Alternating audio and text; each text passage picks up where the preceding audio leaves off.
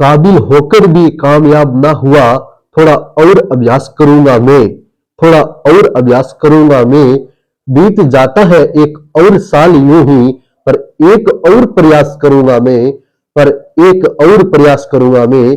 मेरे दोस्तों, मेरे साथियों, आप अपने आप से ऐसा वादा कीजिए, जो लक्ष्य आपने चुना है, जिस किसी भी परीक्षा की आप तैयारी कर रहे हैं, तो उस परीक्षा में हर हाल में मैं सफलता प्राप्त करूंगा। अपने लक्ष्य, अपनी सफलता प्राप्ति में अपने परिवारजनों को, अपने साथियों को, अपने घर की परिस्थितियों को जिम्मेदार मत माने, जिम्मेवार मत माने। आप खूब मेहनत कीजिए और लक्ष्य प्राप्ति के रास्ते पर डटे रहिए। एक न एक दिन सफलता आपको जरूर मिलेगी। मेरे दोस्तों, 1 जनवरी सन 2025 की आपको बहुत बहुत शुभकामनाएं। आप और आपका परिवार मंगलमय रहे।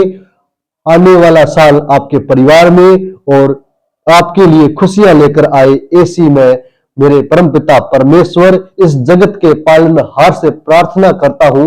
दिल की अनंत गहराइयों से प्रार्थना करता हूं कि जो आपने लक्ष्य रखा है, उस लक्ष्य में आप सफल हो और आपके परिवार में खुशियां ही खुशियां आए।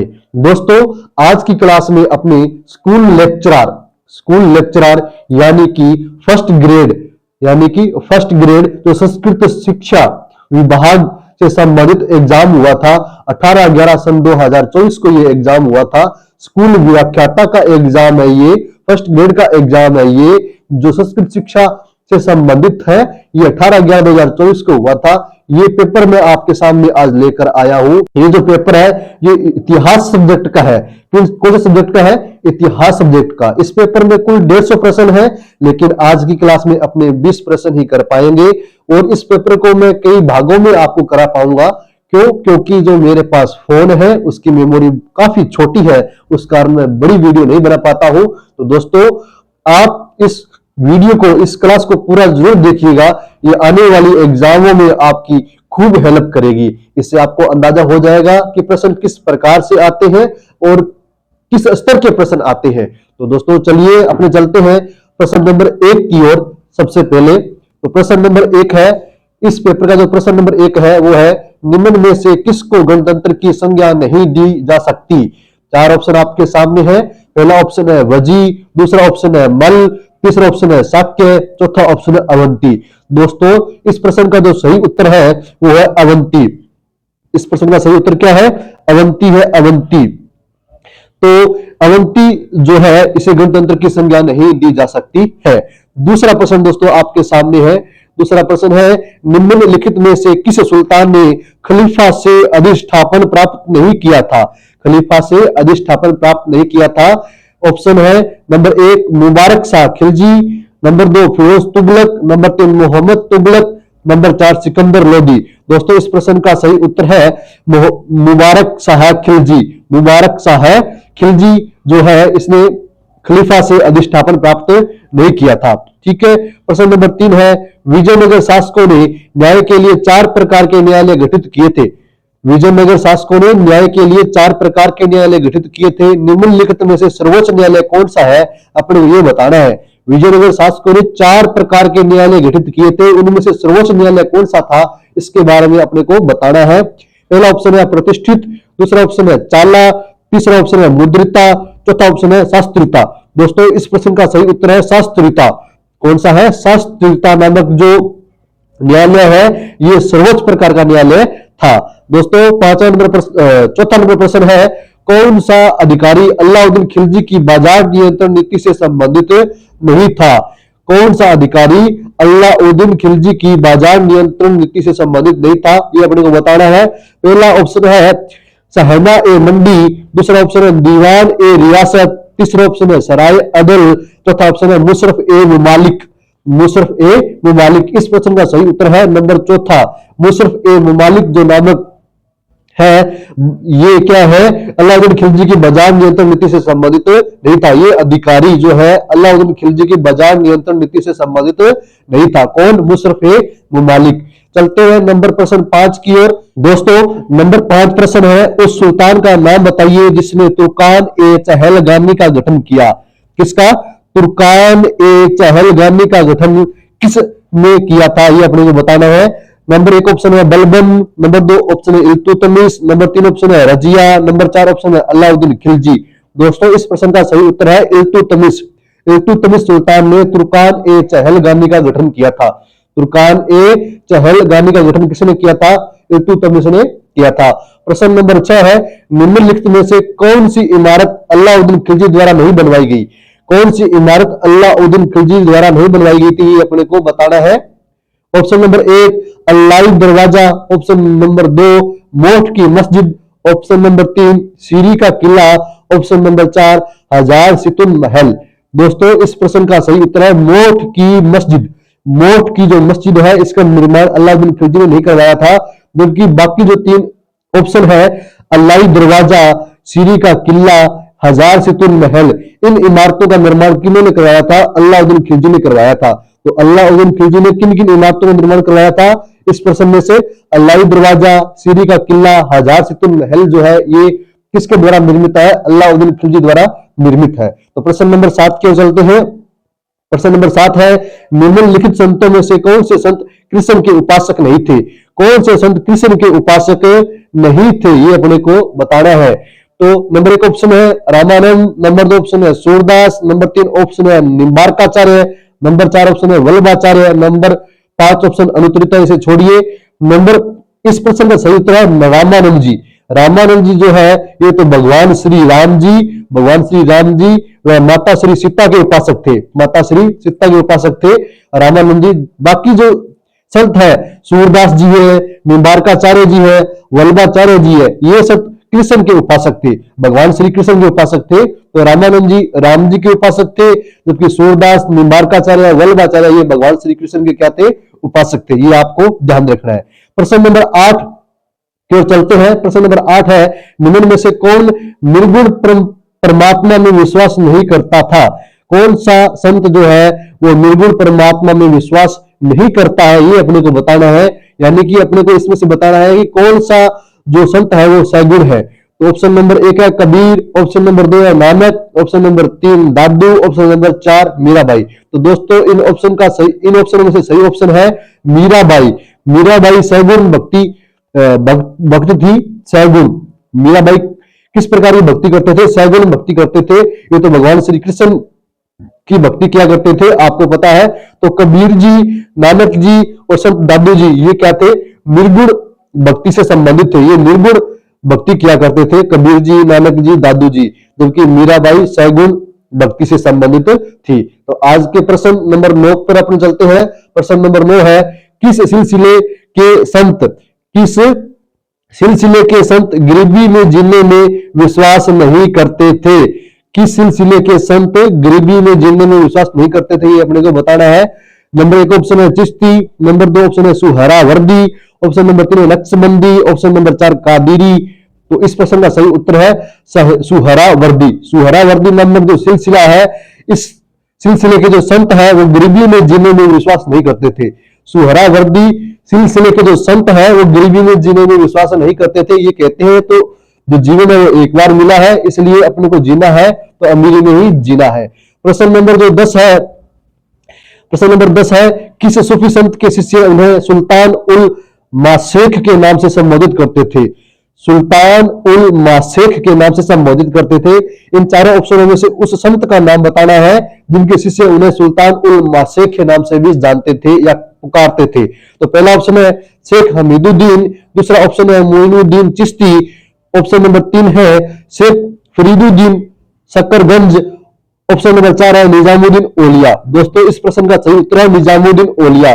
तो निजामुद्दीन औलिया का जो दूसरा नाम है वो क्या है? सुल्तान उल माशेख। सुल्तान उल माशेख के नाम से इनके जो शिष्य थे निजामुद्दीन औलिया के, वे इन्हें सुल्तान उल माशेख के नाम से भी पुकारते थे, निजामुद्दीन औलिया के शिष्य।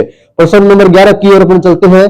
प्रश्न नंबर 11 है यूरोपीय व्यापारिक कंपनियों का भारत आगमन का क्रम था। तो दोस्तों आप सभी को पता होगा भारत में सर्वप्रथम जो विदेशी आए थे उनमें पुर्तगाल आए थे। सबसे पहले कौन आए थे? पुर्तगाल। तो आप चारों ऑप्शनों में देख लीजिए किसमें पहले पुर्तगाल है, तो इसमें डच है, इसमें फ्रेंच है, इसमें पुर्तगाली है, इसमें अंग्रेज है। तो ऑप्शन नंबर 3 ही सही होगा ना इसका। तो आप ये ध्यान रखिए सबसे पहले पुर्तगाल आए थे। बस पुर्तगाल अगर आपको याद है तो आप प्रश्न इस प्रश्न का उत्तर आप आसानी से दे सकते हो। तो सबसे पहले पुर्तगाल आए थे, उसके बाद डच आए थे, उसके बाद आए थे अंग्रेज, उसके बाद डेनमार्क के जो लोग हैं वो आए थे, उसके बाद फ्रेंच आए थे। तो एक इसके बीच में डेनमार्क को आना चाहिए था क्रम के हिसाब से देखें तो। व्यापारिक कंपनियों का भारत आगमन का क्रम बताना है अपने को। तो सबसे पहले पुर्तगाली कंपनी आई थी, फिर डच की कंपनी आई थी, फिर अंग्रेजों की कंपनी आई थी, फिर डेनमार्क से कंपनी आई थी, फिर फ्रेंच से कंपनियां आई थी। तो ऑप्शन नंबर 3 इसका इस प्रश्न का एकदम राइट उत्तर है। तो प्रश्न नंबर 12 की ओर चलते हैं दोस्तों। प्रश्न नंबर 12 है, उन घटनाओं को चिन्हित कीजिए जो वारेन हेस्टिंग्स के काल में घटित हुई थी। वारेन हेस्टिंग्स के काल में कौन सी घटनाएं घटित हुई थी, उनके बारे में अपने बताना है। पहला ऑप्शन है राजा चैत्र सिंह की गिरफ्तारी, दूसरा ऑप्शन है अवध के बेगमों की लूट, तीसरा ऑप्शन है नंद कुमार का मुकदमा, ऑप्शन नंबर 4 है रेगुलेटिंग एक्ट का अंगीकरण। ये 4 ऑप्शन दिए हैं, इन चारों ऑप्शनों में से अपने को बताना है कि वारेन हेस्टिंग्स के काल में कौन सी घटना घटित हुई थी इनमें से। दोस्तों ये चारों घटनाएं, जो चारों की चारों घटनाएं हैं, ये वारेन हेस्टिंग्स के काल में ही घटित हुई थी। तो इस प्रश्न का सही उत्तर हो जाएगा चौथा। 1, 2, 3 और 4 सभी के सभी सही है। तो वारेन हेस्टिंग्स के काल में राजा चैत्र की गिरफ्तारी हुई थी, अवध की बेगमों की लूट हुई थी, नंद कुमार का मुकदमा चला था और रेगुलेटिंग जो एक्ट है उसका अंगीकरण हुआ था वारेन हेस्टिंग्स के काल में। तो दोस्तों ये आप ध्यान रखिएगा। तो प्रश्न नंबर 13 की ओर चलते हैं अपने। इस पेपर का जो प्रश्न नंबर 13 है वो है, किस संधि के माध्यम से फ्रांसीसियों के द्वारा मद्रास अंग्रेजों को पुनः दिया गया था। ठीक है, किस संधि के माध्यम से फ्रांसीसियों के द्वारा मद्रास अंग्रेजों को पुनः दिया गया था। तो फ्रांसियों और अंग्रेजों के मध्य, फ्रांस व अंग्रेजों के मध्य कौन सी संधि हुई थी, अपने को ये बताना है, जिसके तहत मद्रास अंग्रेजों को पुनः दिया गया था। पहला ऑप्शन है एक्सला चैपल 1749 में, पांडिचेरी 1754 में, साल बाई 1782 में, मंगलोर 1794 में। तो दोस्तों इस प्रश्न का सही उत्तर है एक्सला चैपेल। एक्सला चैपेल जो 1749 में हुई थी ये संधि। तो ये संधि किन के मध्य हुई थी, फ्रांस व अंग्रेज के मध्य हुई थी। फ्रांसीसियों के मध्य व अंग्रेजों के मध्य कौन सी संधि हुई थी, एक्सला चैपेल संधि हुई थी, 1749 को हुई थी, जिसके तहत जो मद्रास नामक जो प्रांत है वो अंग्रेजों को पुनः दिया गया था। तो ये आप थोड़ा ध्यान रखिएगा। प्रश्न नंबर 14 है, निम्नलिखित में से कौन सा स्थान ब्रिटिश ईस्ट इंडिया कंपनी ने चार्ल्स द्वितीय से किराए पर प्राप्त किया था। चार्ल्स द्वितीय से कौन सा प्रांत ब्रिटिश ईस्ट इंडिया कंपनी ने किराए पर प्राप्त किया था, ये अपने को बताना है। ऑप्शन नंबर 1 है मद्रास, ऑप्शन नंबर 2 है कलकत्ता, ऑप्शन नंबर 3 है बालासोर, ऑप्शन नंबर 4 बंबई। तो दोस्तों इस प्रश्न का सही उत्तर है बंबई। बंबई नामक जो प्रांत है वो चार्ल्स द्वितीय से ईस्ट इंडिया कंपनी द्वारा किराए पर लिया गया था, कभी किसी समय लिया गया था। तो थोड़ा आप ध्यान रखना है। ये प्रश्न नंबर 15 है। प्रश्न नंबर 15 है, निम्नलिखित में से किस स्थान पर हैदर अली ने अंग्रेजों को परास्त किया था। किस स्थान पे हैदर अली ने अंग्रेजों को परास्त किया था, ये अपने को बताना है। ऑप्शन नंबर 1 है अर्ली सितंबर 1780 में, मैसूर जून 1781 में, सोलिंगर सितंबर 1781 में, कालीकट सितंबर 1783 में। तो दोस्तों इस प्रश्न का सही उत्तर है नंबर 1 अर्ली। अर्ली में हैदर अली व अंग्रेजों के मध्य युद्ध हुआ था और इस युद्ध में हैदर अली ने सितंबर 1780 को अंग्रेजों को हरा दिया था। थोड़ा आप ये ध्यान रखिएगा। प्रश्न नंबर 14 की चलते हुए, माफ कीजिएगा, प्रश्न नंबर 16 है। प्रश्न नंबर 16 है, मीर कासिम ने अपनी राजधानी मुर्शिदाबाद से कहां स्थानांतरित की थी। मुर्शिदाबाद, तो मीर कासिम ने अपनी राजधानी मुर्शिदाबाद से कहां स्थानांतरित की थी, अपने को बताना है। Option number 1 Howrah, option number 2 Calcutta, option number 3 Munger, option number 4 Purnia. तो दोस्तों इस प्रश्न का सही उत्तर है ऑप्शन नंबर 3 मुंगेर, जो वर्तमान में बिहार राज्य में पड़ता है। ये बिहार राज्य में है। मुंगेर नामक स्थान जो कहा है बिहार राज्य में है। मुंगेर में अपनी राजधानी स्थानांतरित की थी किसने, मीर कासिम ने। चलते हैं प्रश्न नंबर 17 की ओर। प्रश्न नंबर 17 है, निम्नलिखित में से किन के मध्य बेसिन की संधि हुई थी।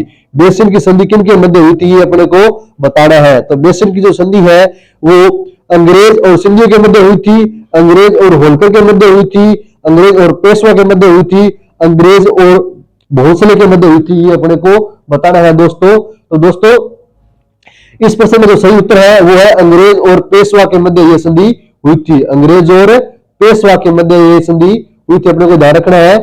ये दोस्तों आप बताइएगा ये जो संधि है वो किस वर्ष हुई थी, ये आपको बताना है।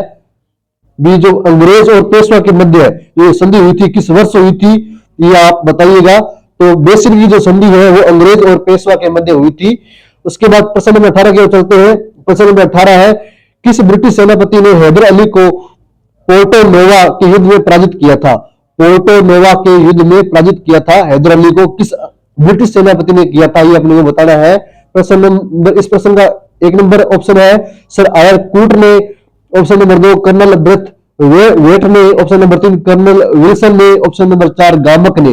तो दोस्तों इस प्रश्न का सही उत्तर है सर आयर कूट ने। सर आयर कूट ने जो एक ब्रिटिश सेनापति था, इसने हैदर अली को पोर्टो नोवा के युद्ध में पराजित किया था, सर आयर कूट ने। दोस्तों पोर्टो नोवा जो युद्ध है, इस युद्ध को और किस नाम से जाना जाता है, आप कमेंट में बताइएगा।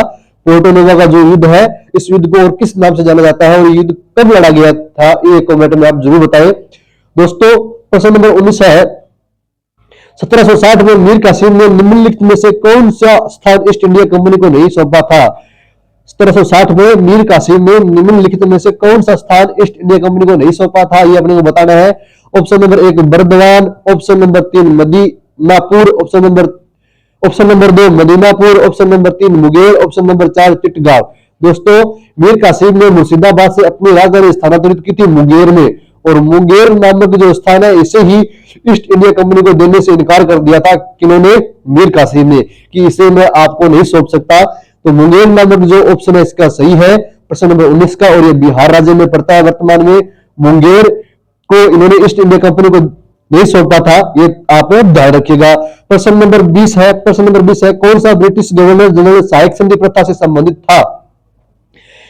कौन सा ब्रिटिश गवर्नर जनरल सहायक संधि प्रथा से संबंधित था, ये अपने कमेंट, ये प्रश्न, इस प्रश्न का जो उत्तर है आप कमेंट में जरूर बताइएगा। कौन सा ब्रिटिश गवर्नर जनरल सहायक संधि प्रथा से संबंधित था? ऑप्शन नंबर 1 है Lord Lansdowne, option number 2 Lord Cornwallis, option number 3 Lord Wellesley, option number 4 Lord Curzon. ये प्रश्न आपके लिए है, इस प्रश्न का उत्तर आप कमेंट में बताइएगा कि कौन सा ब्रिटिश गवर्नर जनरल सहायक संधि प्रथा से संबंधित था। ये 4 ऑप्शन दे रखे हैं, 4 जो है गवर्नर जनरल के नाम दे रखे हैं, इनमें से कौन सा जो गवर्नर जनरल है वो सहायक संधि प्रथा से संबंधित था, ये आपको कमेंट में बताना है। तो मैं आपके कमेंट का इंतजार करूंगा। तो दोस्तों आज की क्लास में इतना ही, नेक्स्ट जल्द मिलेंगे अगली क्लास में इसी एग्जाम के अगले प्रश्नों के साथ। तब तक के लिए जय हिंद, जय भारत।